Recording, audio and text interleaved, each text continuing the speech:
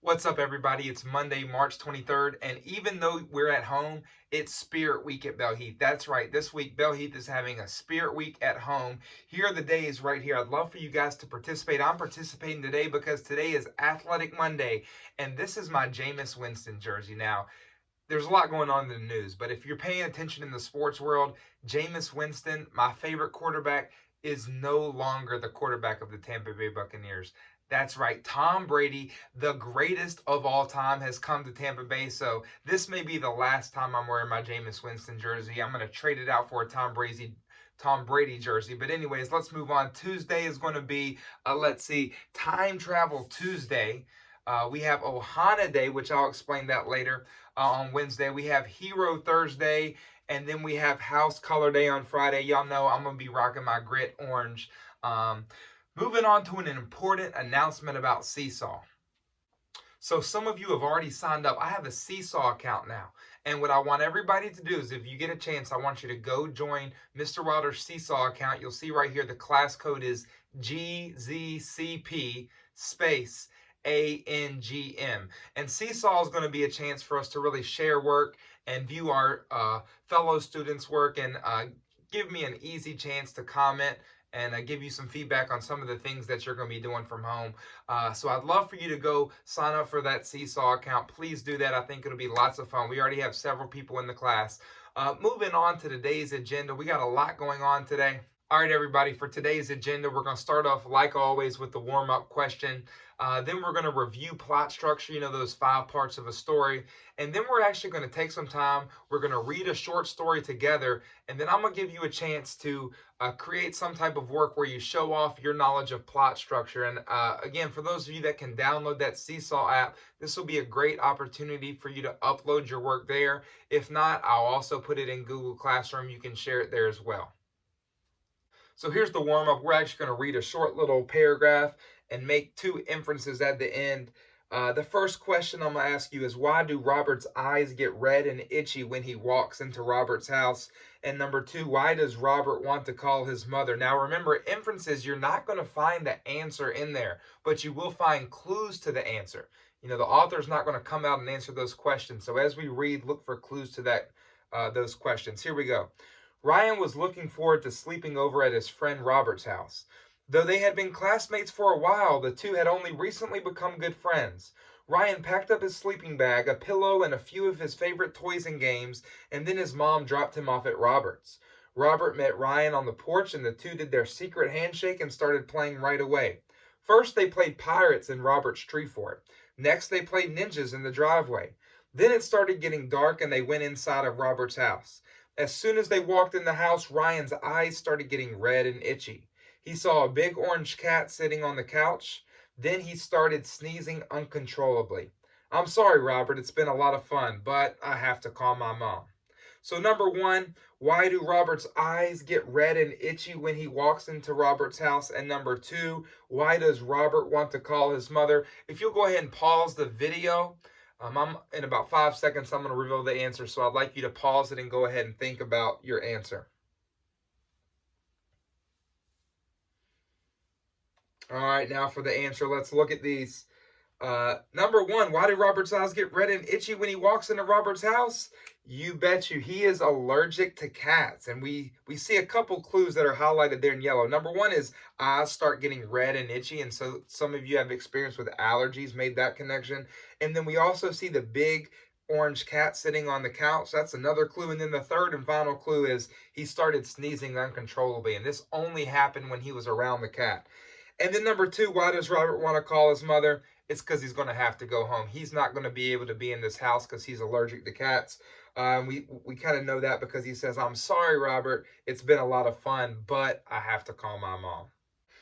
All right, everybody, let's move on and take a quick look at plot structure. You'll see the plot structure diagram right here. Every story has to have these 5 parts.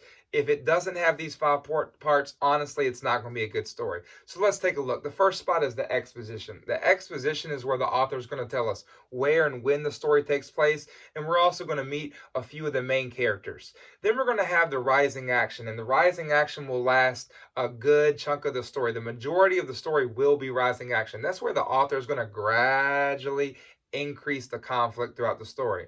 But at some point, the conflict is going to reach its peak. It can't go any higher. It's about to explode, and we call that the climax. That's where the conflict reaches its peak. After that, we have what's called the falling action. That's where the author is going to bring us back down a little bit, because honestly, we're probably a little excited from the climax. And then finally, we're going to have the resolution. This is kind of the end of the story, where the author is going to finish up any loose ends.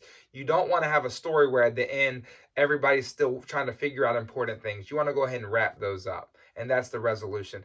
We're actually now going to take some time and we're going to read a short story. It'll take about 5 minutes.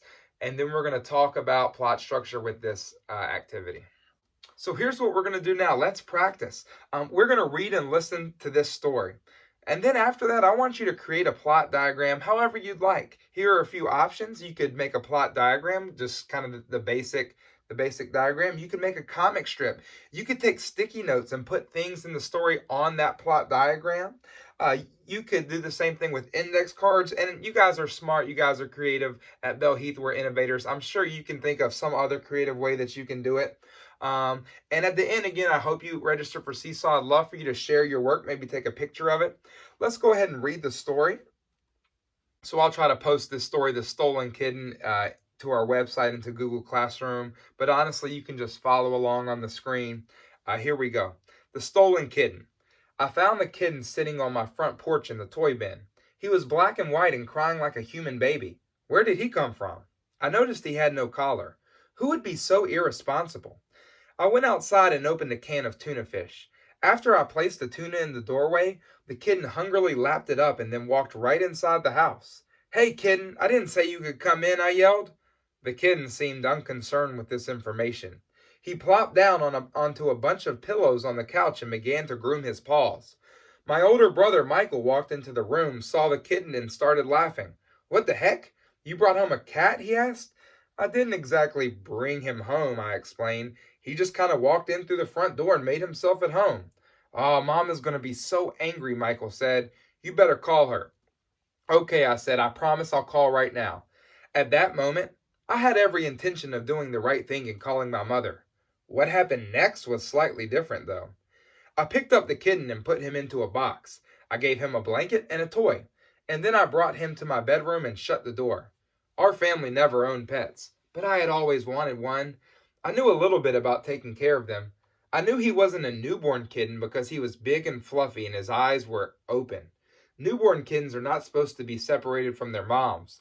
When a human finds them, they have to be extra careful. I knew he was going to need a litter box. Of course, since I don't own a cat, I didn't have one. So I took a cardboard box and ripped up an old newspaper into shreds.